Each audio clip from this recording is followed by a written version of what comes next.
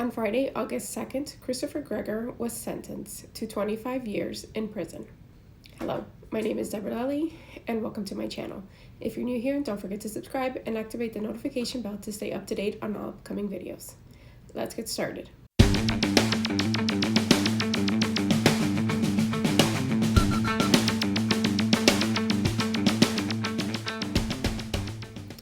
In this video, I will only play Christopher Gregor's comments made at the time of sentencing, as well as Breanna's comments made to the court at the time of sentencing. However, if you do want to watch the full sentencing, I will post a link in the comments below.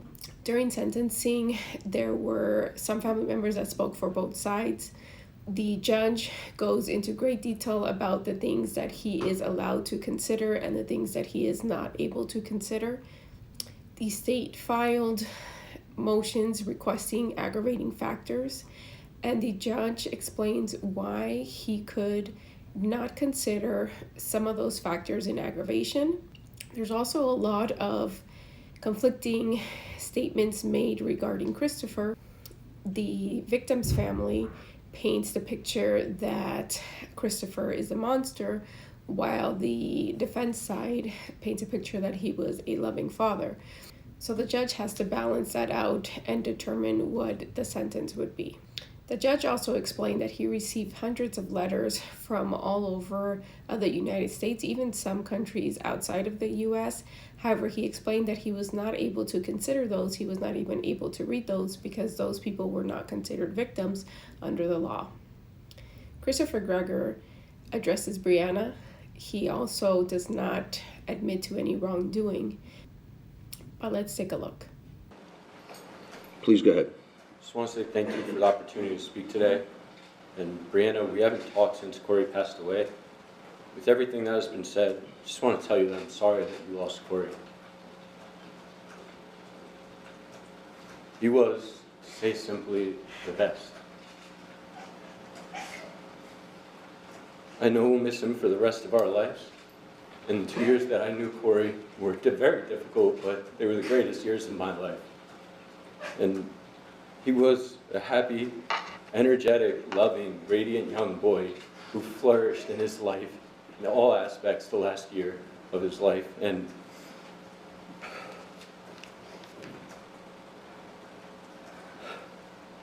sorry. That will be how I remember him. And Corey, wherever you are, I just want to say that I'm proud of you and everything that you did. The last months of his life, us three, Breanna, Corey, and me, we spent more time together than apart.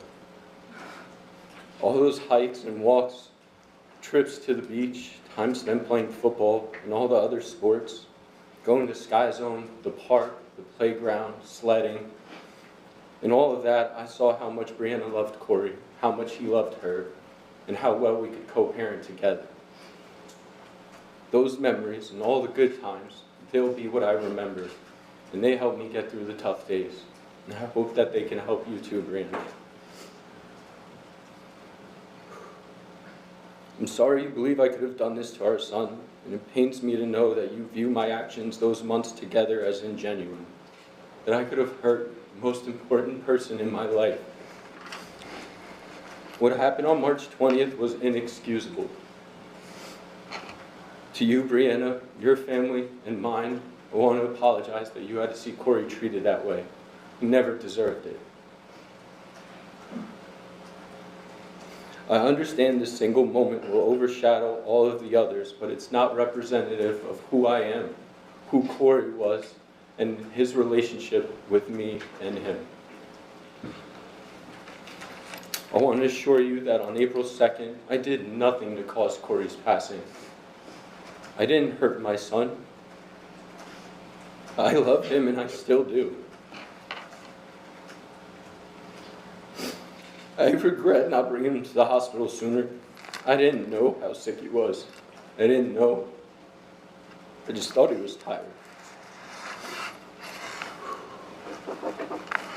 And whether you believe Dr. Bodden or Dr. Andrews' version of the events, the outcome is still the same. Corey is gone.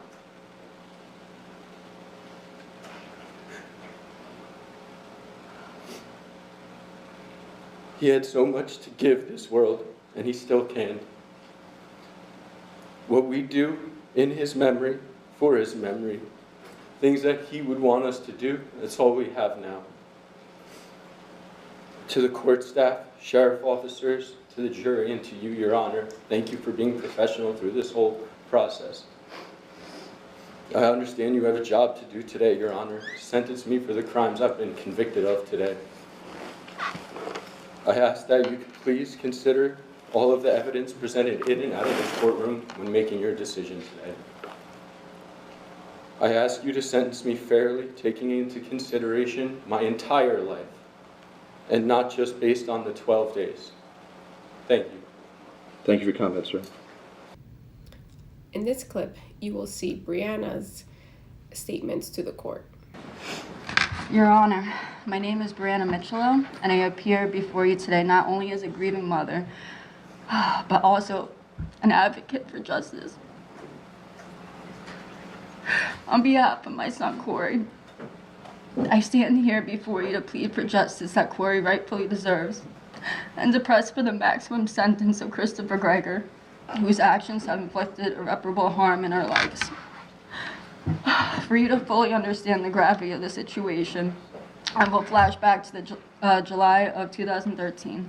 This day marks the beginning of a traumatic journey defined by manipulation, abuse, and ultimately an unspeakable loss.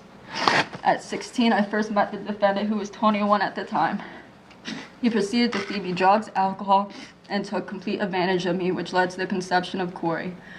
From day one of my pregnancy, I knew I would keep Corey regardless of the way he was conceived. Corey didn't ask to be brought into this world, and I knew I owed it to him to bring him into this world with unconditional love.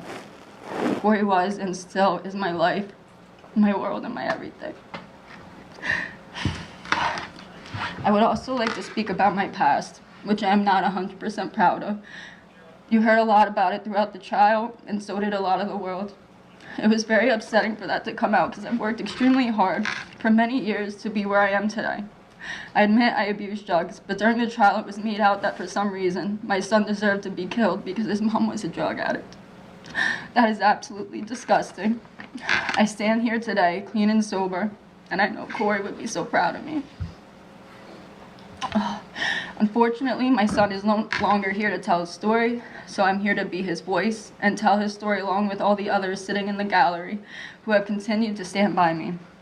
Not once have you seen the defendant shed a tear for Corey in the last 3.5 years since he killed him, and today was fake.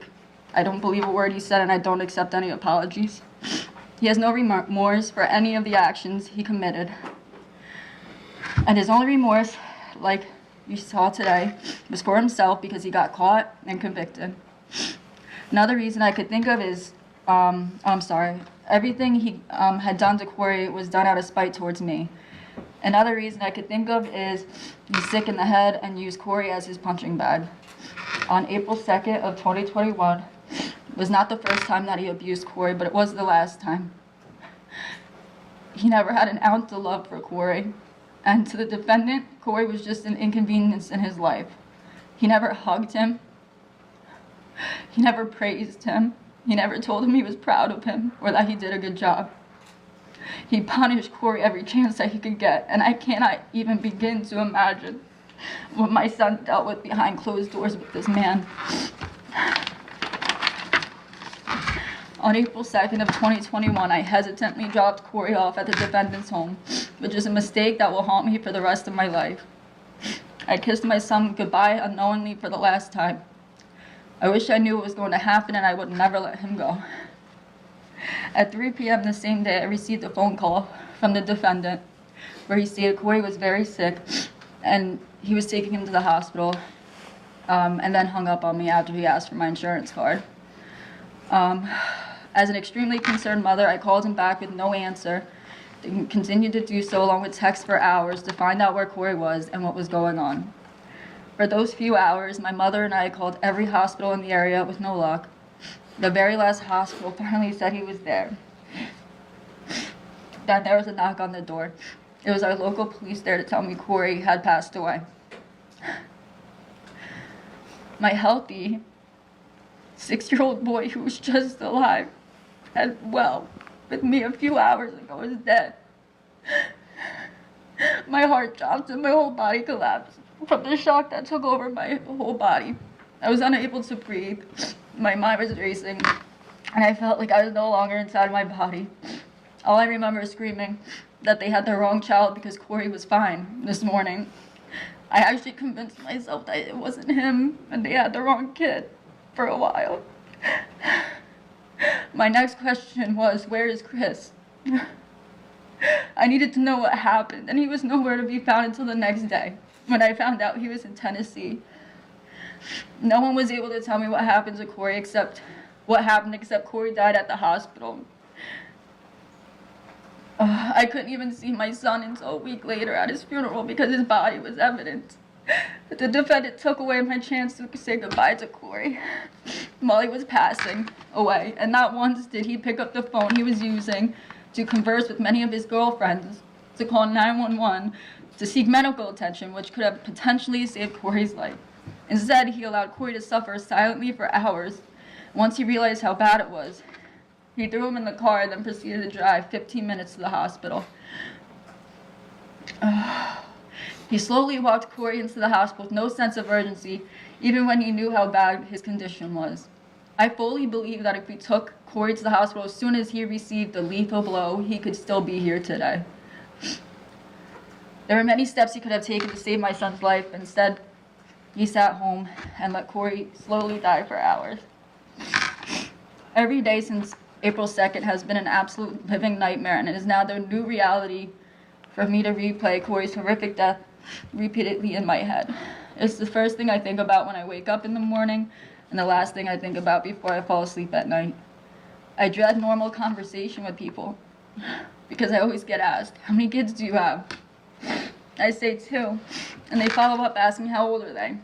That's when the grief sinks in, and I have to tell them my 6-year-old was killed by his father. It is such an indescribable feeling when I found out I was pregnant with my daughter. A sense of guilt was all I could feel. I wanted more kids, but how do I love another child? Is it fair to Corey? That is all I could think about. Now I know this is not true, and I love my daughter with all my heart, but I always will feel an emptiness, no matter how many children I have. My new reality is explaining to my daughter what happened to her big brother and why is he not here. I live in fear every day, every second of the day, that something will happen to my daughter, and I will lose her too. It's a horrible feeling, and it causes me such bad anxiety. I take her to the cemetery to see Corey every weekend, and at 1.5 years old, she knows where Corey is, buried. It is every week. It is heartbreaking. She sits and plays with the cars and toys we left there for him. I live in a nightmare, and I would never wish this feeling or how I must live on my worst enemy. Throughout everything he did to Corey, Corey still loved him. He looked up to you, and he still wanted to be, I'm sorry. And he still wanted him to be like a real father who treated him like a son. Instead of being a good role model for Corey, he decided to beat him to death.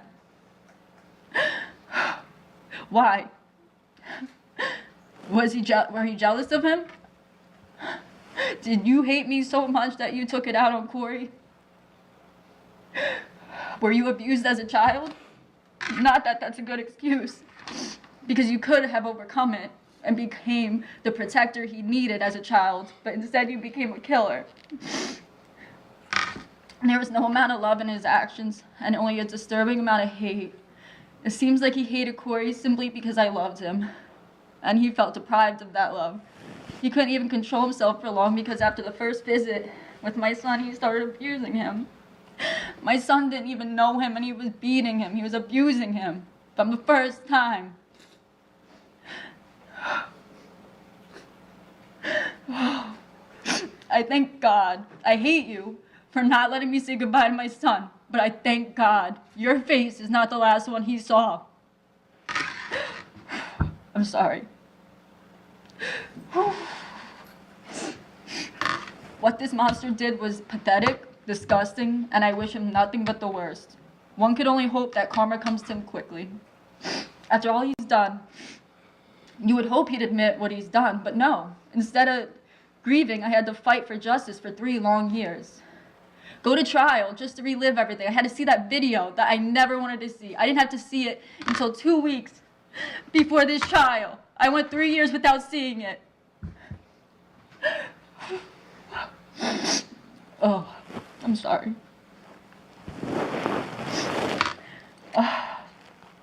Just for you to be found guilty anyway. What was the point of that? Just to make it worse for us? Are you that crazy that you convinced yourself you didn't do this? I hate you. I will never forgive you. And I'm going to skip that one. You have stolen my full potential at happiness. And I will never have my son back. My family will never feel whole again. My daughter will never get to meet her brother. And my boyfriend will never get to be the father that the defendant should have been to our son. He took my whole world away from me. He has shown and proven to be that special kind of dirtbag he claimed I was. Your Honor, all this monster had to do was say he did not want to be a father. No one would have made him. I would have happily continued to raise my son alone with the help of my family. He had many opportunities not to do this to him. He is in this current situation due to his own actions, and every day he will have to live with this. He deserves nothing less than to experience the pain, suffering, and isolation that he inflicted on Corey. I hope that every moment he spends in prison is haunted by the torment of knowing he killed my child. I fear when Christopher Gregor gets out of jail, whenever that is, he will come after my family and I again. I fear for our lives. His twisted mind truly thinks that I caused all this and that he's in jail because of me, even though he's here because he killed him. I truly believe if he ever gets out and gets the opportunity, he will kill me. Your Honor, Corey should be going into 5th grade in September, hanging out with his friends, playing sports and enjoying his life. Instead, he will never experience finding his first girlfriend, graduating high school, falling in love, driving a car, getting married, or having kids.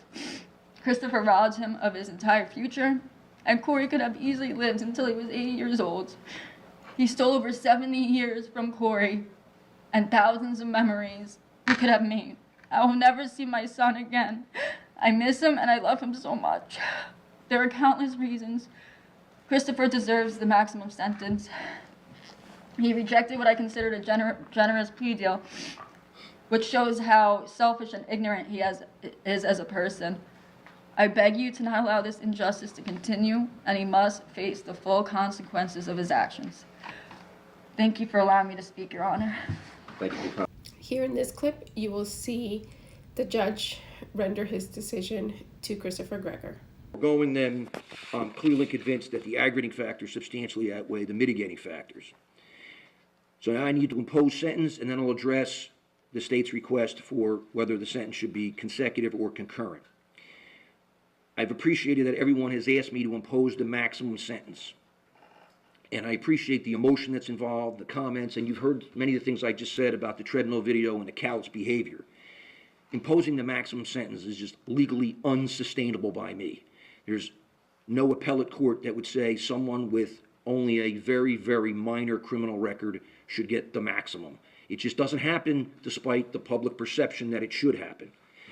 So on count 2, aggravated manslaughter, I sentenced the defendant to the custody of the Commissioner Department of Corrections for a term of 20 years subject to the No Early Release Act, New Jersey Statute 2C:43-7.2, such that he has to serve 85% of that sentence before being eligible for parole.